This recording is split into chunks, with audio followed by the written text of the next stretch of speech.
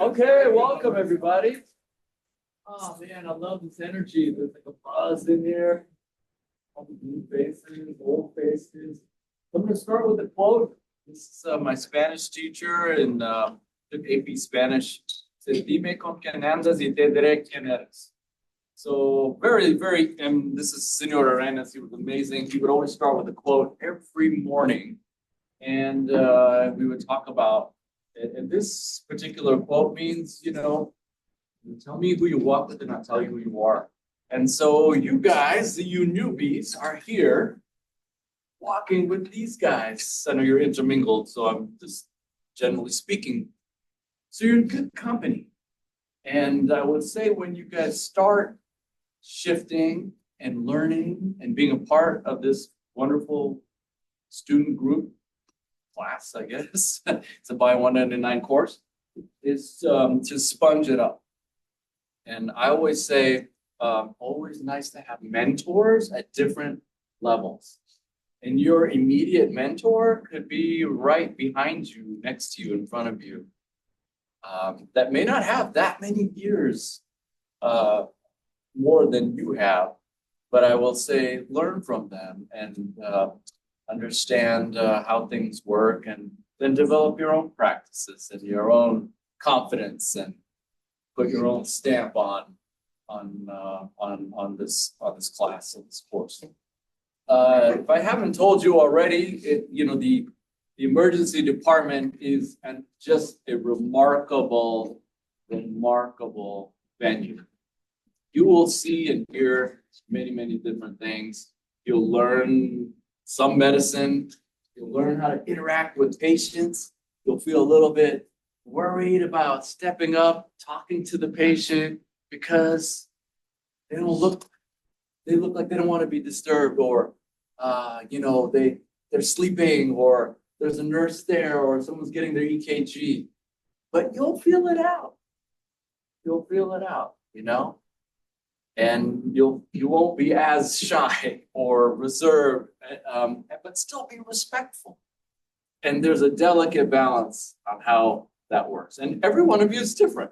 Your personalities are not going to grossly change. You'll still be inherently the same person, hopefully, but you'll grow, because life is about growth. And if we don't grow, then we don't grow. And that's not good. So, so I just wanted to welcome all of you guys again. I know this is probably the 7th or 8th meeting you've been to, but just to say hello and welcome. And we're really excited about this summer and this new year. And I'll leave it to the courts to take over. I think Dr. BC segued and transitions really well into today's meeting, which is we're joined today with Alfredo, a medical student and a PhD candidate, who's going to be speaking on his journey and his own timeline. And so you'll have a chance to talk about that. We'll have another mentor. And we're really excited to go ahead and get started with our meeting. First off, I'm not sharing my screen. Let me share my screen again. Hold on. I didn't realize I stopped sharing my screen. Thanks. All right. Starting off with selfies of the week. All right. Thank you everyone again for being here. We're going to start off with some selfies of the week. So here's Miko, Ayush, and Tyler. Looking cool. Oh, next. Big smiles with Kevin and Brandon. Emma. I love your eyebrows. Krisha, Ashley, Dennis, our lovely pharmacist, and we got a little peeker in the back. But yeah, super cute, guys. Good work. Alrighty, and next we have a couple of announcements from our academic reports. Yeah, we'll be opening up our secretary applications. It's open to both veterans and newbies. Emma, would you like to speak on that? These Yeah, are- so I'm this new like secretary, and since I'm a fourth year, I'll be leaving, so the position's open. It basically is like such a good leadership opportunity within to get involved into MRAP, and it just involves you like writing weekly emails of like summary of the meeting notes, and then uploading like the recorded lecture, and then keeping track of attendance, and then also organizing the ED, so like everything's running smoothly. I highly recommend, please apply. Yeah, and we're really looking to expand the role this year. In past years, we've had an incredible, the secretaries already had an incredible role, just serving as a pillar at our meetings, but we're really looking to expand their role within the leadership of MRAP. And so they'll be involved with shift calendars, as well as just discussions with us coordinators and the general leadership team. So we're really looking forward to the insights that you guys have to share with your guys' applications. We also have an MRAP historian application. Yeah, sure. So this is a completely new position. It's open to everyone. We just want to capture all the memories that we've had that we will be having next year. I think Marco's been taking a lot of photo duties, especially during Western, and those turned out great. So we want the same thing. So if anyone's interested, please apply. If you have those kinds of skills, editing, photography, let us know in your application. And then I don't think we have our due date is this coming Sunday. Yeah, and so yeah, we're just looking for a couple. So you don't have to have experience. We're willing to train you on the job, but if you do have experience, it'd be great. So, and also if you have a camera, that'd be awesome too, but not necessary. All right. Yeah, okay, so you're up. It's this Friday. Unfortunately, everyone's kind of spread out this year. So some people are at 10, some people are at 12, et cetera, et cetera. But if you can, then hop in to kind of support us and take a look at our studies. For newbies specifically, so we had a specific date for orientation. We sent out a poll and stuff like that. But due to some issues with room booking and things like that, we might have to change the date or change the time, but we will reach out to you regarding that. So more information on that later. Meanwhile, please just keep completing your Bio 199 things, your enrollment forms. UCLC modules are not ready yet, but we will let you know once they are. Specifically for packet B, you are required to have hepatitis B and tuberculosis testing. I remember for me, it took a really long time because I didn't have that ready. So I would recommend that you kind of start on that now. Make sure you have the required documents so that you're ready to go. Also, when we send you guys little messages on Slack, specifically on the newbies channel, can you guys just like give a thumbs up or a little heart, just so that we know that you're reading and you're understanding everything that we're saying. And again, if you have any questions, all 4 of us are available on Slack. So, and then our old academic recordings have a first announcement. So you guys, as you guys know, we opened up the ultrasound media liaison application last week, and I love the ultrasound academic coordinator will announce our liaison. Drum roll, please. And now it's Ayush, Cecilia, and Marco. So for our newbies who aren't familiar with the whole application process, essentially you will send in a statement of interest it could be either a paragraph, usually more often it's like more than a paragraph. It's more just talking about your personal interests, what you want to bring into a study. And so that's conducted independently by the coordinators. So not including me for this study, but in general, it is conducted by the coordinators. So if you guys have any questions on how to really write a standout application, how to really just get across your ideas, feel free to reach out to any boards or past liaisons, because everyone standing up here has been through that process, as well as all the veterans. So feel free to reach out to us for any of those questions. Sorry, I just forgot about that. So during like my liaisonship applications, what I noticed was what I personally could have improved was like emphasize what I could bring to a certain study or like the future directions I have for that study. Just when you're doing application, think of it like a personal statement, kind of like as to why you want to do the study instead of just like a little paragraph, because just want to see that you're like really, really interested in like developing. So any questions? Okay, cool, awesome. And then we're putting up the banquet RSVP once more, just for our veterans who have not gone and done that. Luke included. So we'll go ahead and you guys need to scan it. We'll send it out after the meeting as well. All right, numbers and updates. I think we will actually refrain from numbers and updates today. We can. Does anyone have any updates? Any of our study liaisons does anyone have any fun updates, pressing updates? they are looking to share. I Yes. have one update for all of the ultrasound enrollments, when you're putting in the information on the operator, make sure you put EdShe operator in the little information setting thing. I messaged it in the Slack, I forgot, but it's like certain way. It's just so that when we pull up all of the ultrasound views afterwards, we're able to identify not the to the actual other things. Yeah, put an EdShe, whatever. So that's for all ultrasound settings. So, and then Brian. There actually is kind of an update for Esperito. They met with Philips and it sounds like they have a procedure for obtaining the data. As soon as they're able to get documentation and verify that they can do it, they should be able to start the study. So hopefully actually soon we will have Esperito. You want to explain Esperito? What it is? Sure, yeah. So essentially, you were practicing for your out now. Basically, Esperito is a blood pressure device that was created by the Esperito company. Essentially, there are these things called A lines or arterial lines in the emergency department and the ICU in the hospital. And that is used for continuous blood pressure monitoring.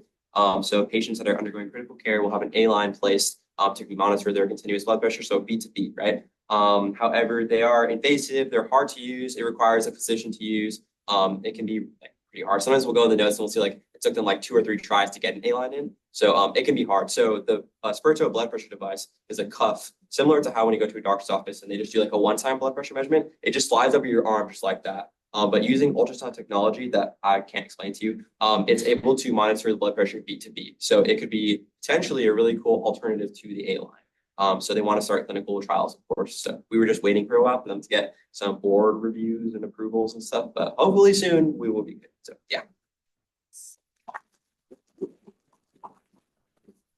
And then any other updates from any study liaisons? Oh my gosh, y'all, are you guys leaving today? Yeah. For those that don't know, do you want to explain? Okay, I'll explain for them. They got into essentially one of the first prestigious conferences for emergency medicine, Society of Academic Emergency Medicine, hosted in Philadelphia this year. So they're going to be getting us some Philly cheesesteaks, right? Yeah.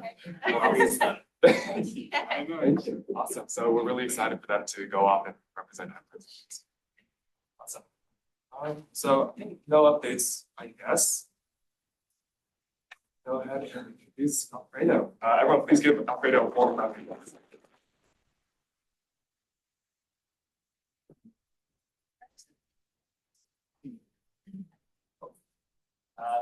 Hey everyone, my name is Alfredo. Sound good. Cool. My name is Alfredo. I'm a 4th year medical student, sort of on my MPH, taking a year off to do my MPH this year.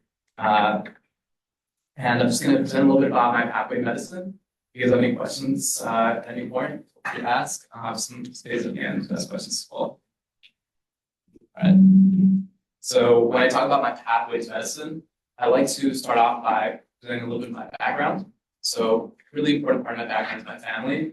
I come from a family of 8, I have 6 siblings. My parents came to the United States when they were young. My dad was about 14 when he decided he wanted to be in Mexico to pursue an education in the United States. It took him 2 years to finally get from central Mexico all the way to the US.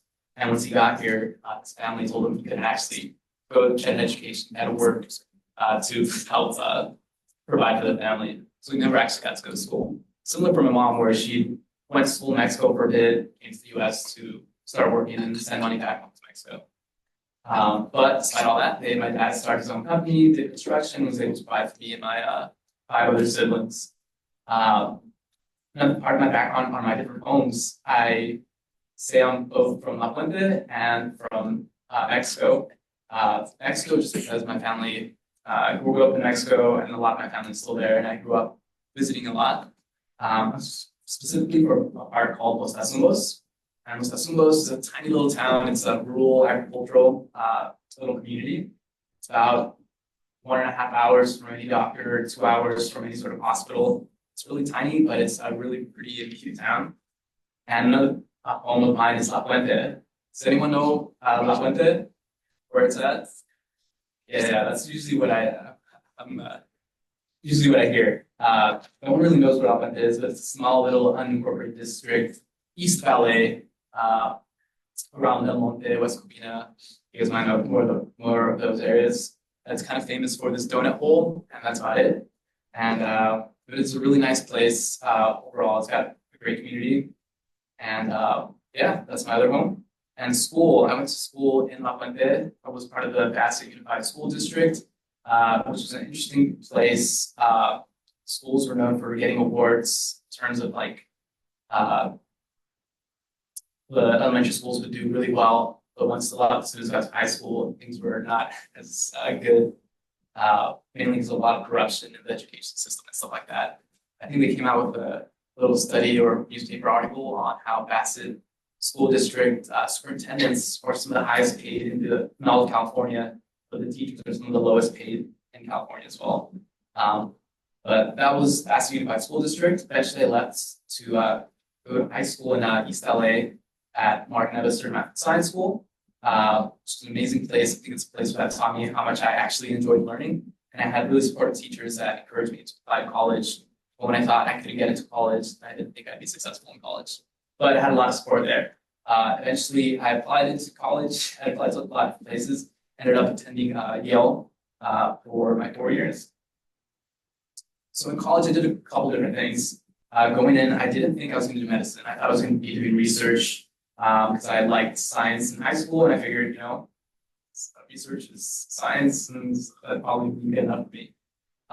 So I did a couple different projects. There's a little plant there. It's called the chloroplast. It's more of an algae. It's pretty cool. It's one cell. It looks like a fully specialized plant. So I was investigating that for a bit. I was working on axolotls. They could regenerate their limbs, their brain, their lungs. So I was trying to figure out how that kind of works. In addition to that sort of research, I was also involved in the a lot of the cultural communities at Yale, specifically with La Casa. They had a lot of different organizations, things like MECHA, which was a Movimiento Estudiantil de Aztlán. They were focused on a lot of activism, which is really big, really important back in 2016 because of Trump's first election. We were doing a lot of protests to stop the deportation of a lot of community members. On top of that, I was part of a Latino fraternity, which was a really great place to learn about brotherhood and challenging parts of the Latino culture that were toxic.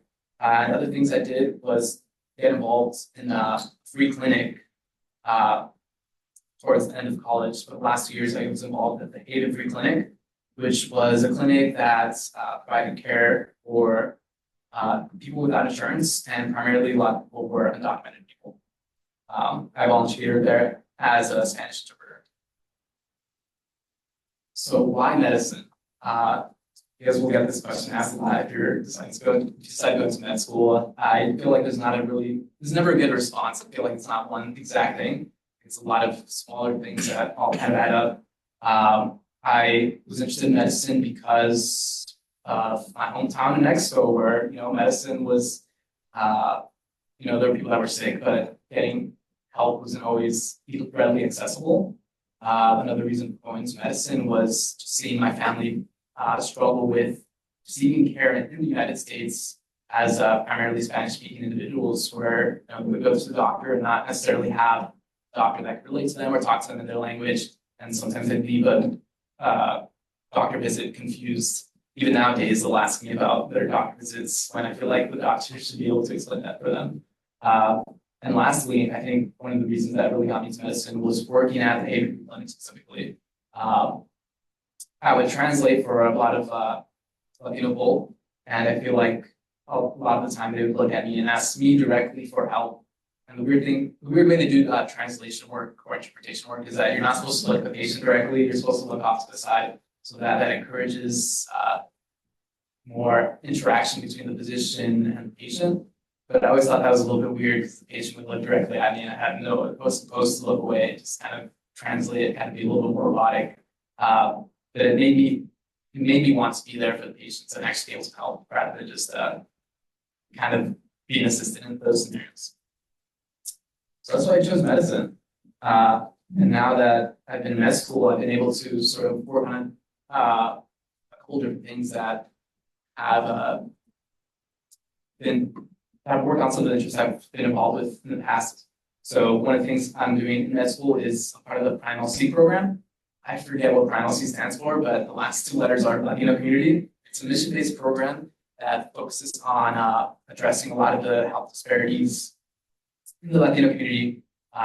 We are involved a lot with a lot of Santa Ana clinics and a lot of local clinics around Orange County.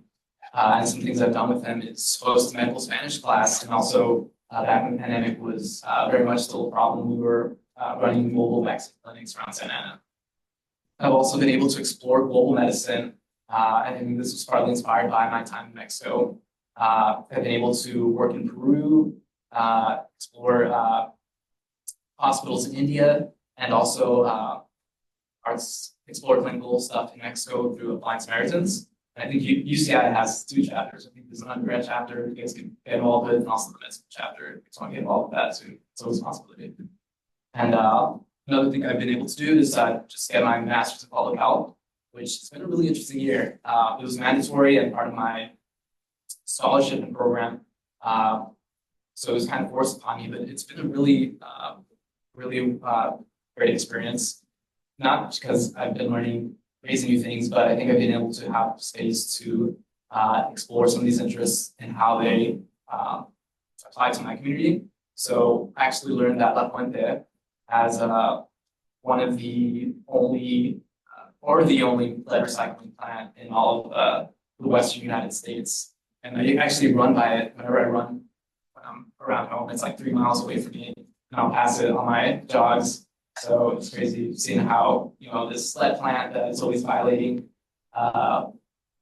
environmental protections is in my community and causing harm in that way. So where do I go from here?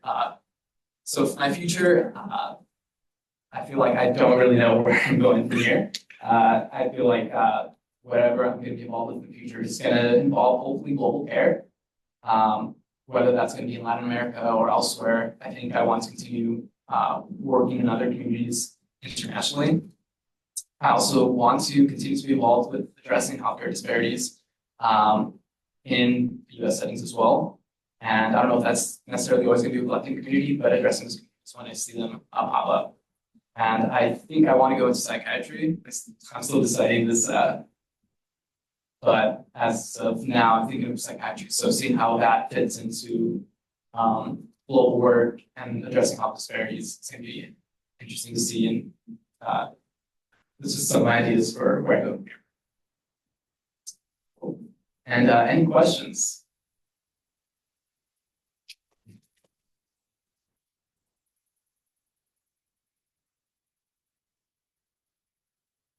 Yeah.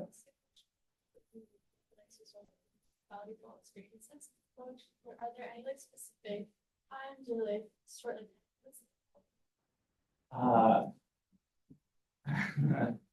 Let's see. I just remember a lot of times where I made mistakes. I think those are the ones that stand out to me right now. So I was a Spanish interpreter, and when you refer to people speak in Spanish, it's yes. But my family speaks like a very vulgar kind of Spanish, I guess, since they're from this rural area. So they say patas a lot. It's more like animal feed. So I remember translating for another lady, and I was like, what's wrong with your feet? But I say patas instead, and this lady's completely appalled.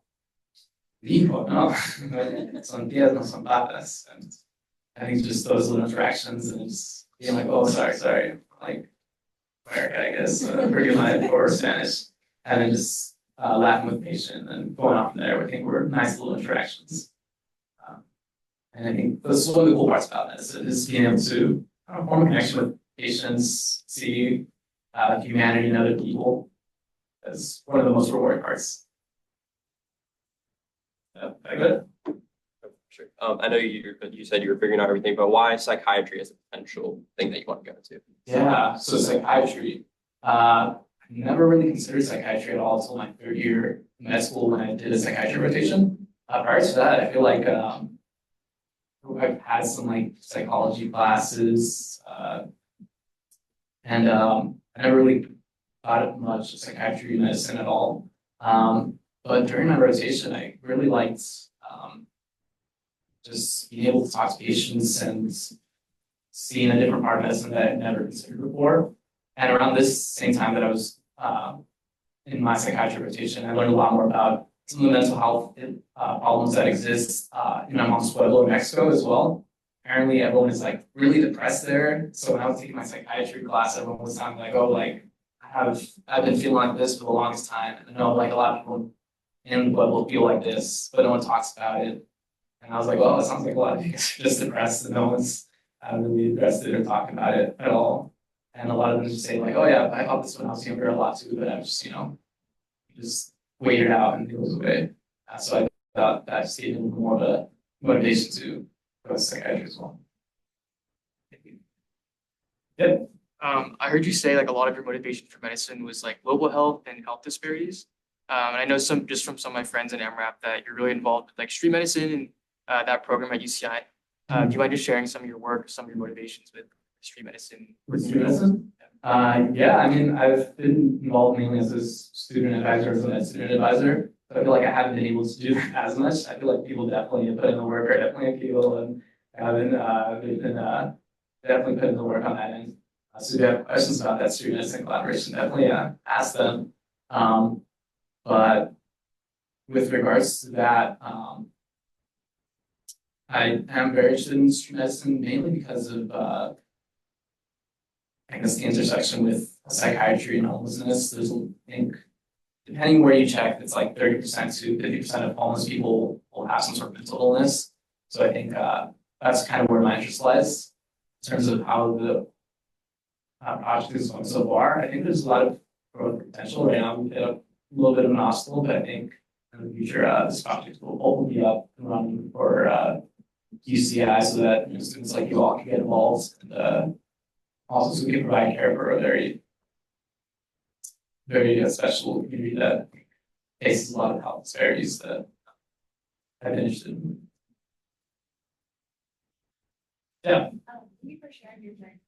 I just wanted to ask, like, as like the first generation of this, like, immigration I know a lot of us also have like parents that are like immigrants as well, and some of us might be like first generation college students. Are there like specific like character traits that you like work on now? In order to have success in the first way? What do you mean by characteristics? I don't know, just like character traits that you'd like to develop with years, really important lesson. Nothing really comes to mind. I think being from a first generation sort of background where I didn't really have people to look up to, I feel like I learned to kind of be sort of my own motivation, because I feel like a lot of the time my family, a lot of people around me didn't really know what I was going through and like what the process was like. So I think learning to be a little bit self-sufficient was really important. But along with that, I think also just learning how to ask for help and relying on other people, I think is a really important thing to learn. Joining organizations like this, I feel like it's great because you have other mentors and people to look up to. But I remember a lot of things I got involved with in college was because I had like other mentors and people that were going into medicine and told me like, oh, yo, you should get involved with Haven-Free Clinic. I think you really like it. Or you should do this internship thing for the summer so you can do some research. And I feel like these things kind of pushed me in the direction where I was able to be more successful. So I'd say, yeah, I guess that asking for help I think is really important. And I feel like it can be really easy to try to do things by yourself. But so it would be way easier if you have help along the way. Yep.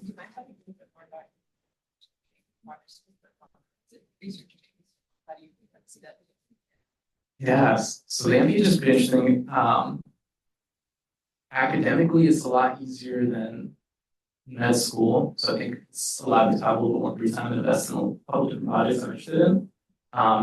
But within the MPH, I think one of the things that I found really valuable is that I've learned how to look at disparities and how to quantify them. I'm doing epidemiology. So I've learned how to like look at data sets or collect information and then make something out of it. I think the hard part is always collecting those data sets, which I think will be really, once I'm a physician, I could, collect my own data and stuff like that. But learning those tools to sort of explore data when I have it, or also just look at problems and how to address them with policy and stuff like that has been really interesting part of the MPH program, which I hope to use in the future. I don't know how I will integrate it, but we'll see how that works out. Yep. This is a really broad question, but as we're all undergraduate students here, and most of us are planning to head into medical school, I was wondering if there's one thing that you could tell yourself back when you're an undergrad in preparation for medical school, what would it be? Yeah, when I was an undergrad, I didn't think I was gonna go to med school. I actually took 2 gap years after graduating college, where I was doing research and preparation to apply to a doctorate program in like biochemistry or something like that. So I guess my advice would be to focus on med school instead. But I think the one advantage of not thinking about med school when I was an undergrad was that I was able to do things that I really enjoyed and explore things that were not medicine related. And I think that helped me a lot during my application process because I kind of stood out. So things I did in college that weren't med school related were things like I was the captain for a dance team, Spanish folk team. I also started rock band in college as well. I was involved in a lot of activism, and I also painted a mural at my college. So like small things like that, I think helped me stand out. And I think it's always good advice, just like do things that you like to do, especially because once you get to med school, it can be really difficult to do things you like. And I feel like doing those things that you like help you become more competitive, kind of thinking about it at that angle as well. Yep. So you mentioned you were part of Prime LC. What's been your experience being with that cohort, and like what have you taken away? Because obviously you're in that program for 4 to 5 years, I believe. So I know you guys also go on a trial. Sometimes I go to the meetings and stuff, and they talk about the experiences you guys have, but I want to just hear your own personal experience that you've taken away from being in Prime. Yeah. So Prime LC has been like a blessing, mainly because I feel like it gave me a community going into med school. I think there are like some really tangible benefits that you get from Prime LC. Like you get to do your master's in public health for free. You get to go to Peru and do an international rotation. You get to take some like Chicano Latino studies courses and stuff like that. Those are like really great benefits, I think. But I think the most rewarding part has been just the cohort that you get just by being in Prime LC. So I think I've gotten involved in a lot of projects because I knew like another person who was doing them beforehand and kind of gave me that push and that advice. And now that I'm entering my 4th year and I'm preparing for applications, I've had a lot of mentors from Prime LC who would like given me a lot of advice, reassured me, or told me to get myself together when I need to. And I feel like that type of mentorship and that support is invaluable at school. Yep. There are some other Prime programs throughout the country. Is there anything specifically that made you gravitate towards UCIs? Yeah, I mean, the UCI one was the only one directly focused on the Latino community. And because I feel like a lot of my past experiences with like the Haven Free Clinic, which is primarily as a Spanish interpreter, and my family in Mexico, I felt like the Latino community program kind of fit my goals at the moment when I was applying the most. So that's the one I went for. But there's a lot of different ones throughout California. There's also Prime the ABC here at UCI. I think there's like an urban one in like San Francisco and a rural one maybe in Davis. I forget. But I think they're all worthwhile to do. Just because I mean the Latino community is very dear to my heart, but there's also so many other communities that face these health disparities as well. And I feel like a lot of it is connected, right? So things that are affecting the Latino community are probably facing the Black community and like rural communities and stuff like that. So I feel like the Latino community, yes, is really important to me, but I hope to apply a lot of things I've learned to other communities as well.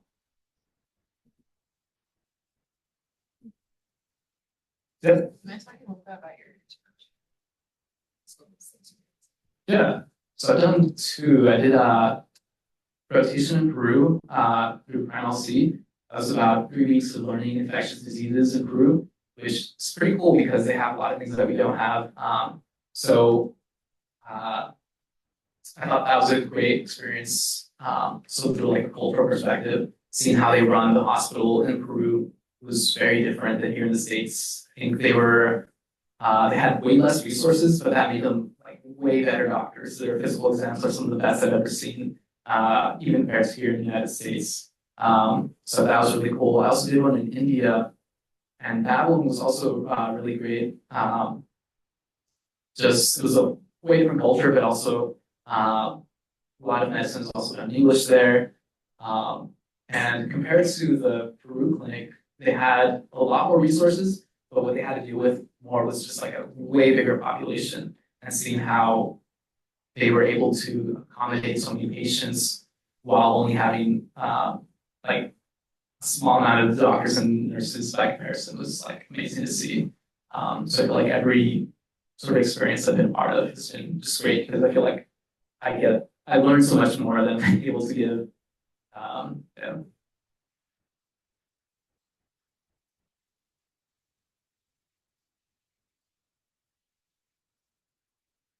So going back to like your interest in psychiatry, like based off of like my experience, I've seen psychiatry and like therapy and these kinds of things seen as kind of a luxury in our society. Is there like any kind of way that you see yourself kind of defeating that stigma or like tailoring it towards communities that might be lower like socioeconomic?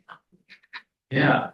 So when I was learning more about psychiatry, a lot of the people that would try to convince me to go to psychiatry would tell me about how it's a lucrative business because you can charge cash up to like hundreds of dollars and people will pay that. And I was like, I guess that's kind of cool, but not kind of the reason why I want to go into psychiatry. So I think some of the best ways to make psychiatry less of a luxury is to have physicians that are willing to work and accept insurance. I think that's a very big thing. Because I mentioned the street medicine beforehand, there are street medicine initiatives where psychiatrists just go out and meet patients where they're at as well. I think the first one was started back in 2018, so it's fairly newer thing. But it is popping up here in LA and Southern California. So I think exploring psychiatry to that angle probably be what I do. But yeah, there's a huge disparity for who is able to receive mental health care, which is really unfortunate because, I mean, everyone knows it's important, but not everyone is like, okay, well, you deserve it. It's kind of like, dental health care where it's like, okay, if you can afford it, get your teeth taken care of, same thing for your eyesight. It's not included in like insurance, I guess. So not everyone gets glasses, stuff like that. I think it's important to recognize those things and work towards them through policy angle as well would be really cool in the future. How that looks, I don't know yet, but I think it's important to think about is I think it's something about it. Yeah, I know you said like you're kind of uncertain about your future a little bit, but what are you the most like excited for? I'm sorry, I couldn't hear that. I know you said you're kind of just like uncertain about your future, but what are you the most excited for just looking forward? Yeah, I'm excited to, I don't know, just go out there and practice medicine. I think, I don't know where I'm gonna be doing my residency or any of that, but I'm really excited to just go out there and be a doctor, honestly. I think there's something like really cool in like going up to a patient, especially Latino patient and speaking to them in Spanish, that is like you see just like you see their happiness when you talk to them in Spanish, or their relief when you talk to them in Spanish because they get care in their own language. I think is one of the things I'm like most excited for. I think.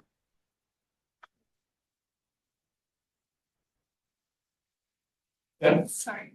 I was wondering, when you went into medical school, what was a challenge that you faced that surprised you? Because I know, like, for example, like most of us, if we are planning to go to medical school, we know it's going to be hard. We know it's going to be tough, in terms of like coursework and etc. But was there any challenges that surprised you when you did get in and start working in medical school setting? Yeah. Yeah, definitely it's a lot of work, but not impossible work. And I think maybe my biggest challenge was sort of imposter syndrome once I started working in the hospital. Not so much when I was doing my like coursework that I was fine, whatever, I get good grades and then it shows that I know my stuff. But working in the hospital was the first time I ever experienced imposter syndrome. Mainly because I knew my information and I knew the diseases and like what we should do for treatment and stuff like that. But something about being in that environment and just like making mistakes and not knowing what to do sometimes made it feel like I shouldn't be here. I did have an attending once who was like a doctor who was looking over my work, who told me that she was concerned I was going to fail my like clinical exam during her rotation. And it was someone I worked with for a long time. So I felt like, I don't know, I felt like I was not where I should have been. So I feel like challenging that imposter syndrome was the hardest part about it, especially during clinical rotations, because you don't, I think during the first 2 years, I had a lot of community because I worked with people consistently and I could take a break and study with other people. But because I was working in the hospital, working in the clinic a lot, it was really easy to become isolated and really hard to have people around me that reminded me that like, oh, you actually deserve to be here. You put in the work, you clearly know your stuff. Don't let like specific individuals bring you down. But yeah, that sort of mental challenge is a little bit harder. It didn't stick with me throughout all of the rest of the rotations. I think once I got a hang of things, once I was a little more confident, that kind of stuff went away. But it was, I think, probably the hardest part so far.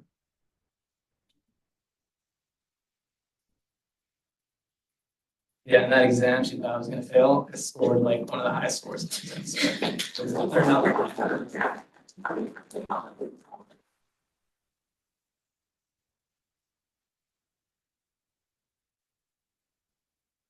cool. That's all the questions. Thank you all so much for having me.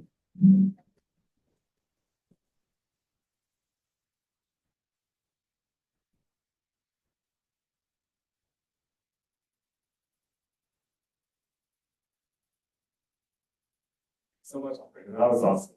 It's always great to hear people that are hopefully for us, I guess, 4 years down the line, 8 years down the line, who knows, we're finding where we're going. But it's really awesome to see this. So I'm sure a lot of us who are interested, especially probably speaking in research medicine research, maybe not so much like PhD, but we're more like, I guess, more focused on the general population, especially the folks we serve.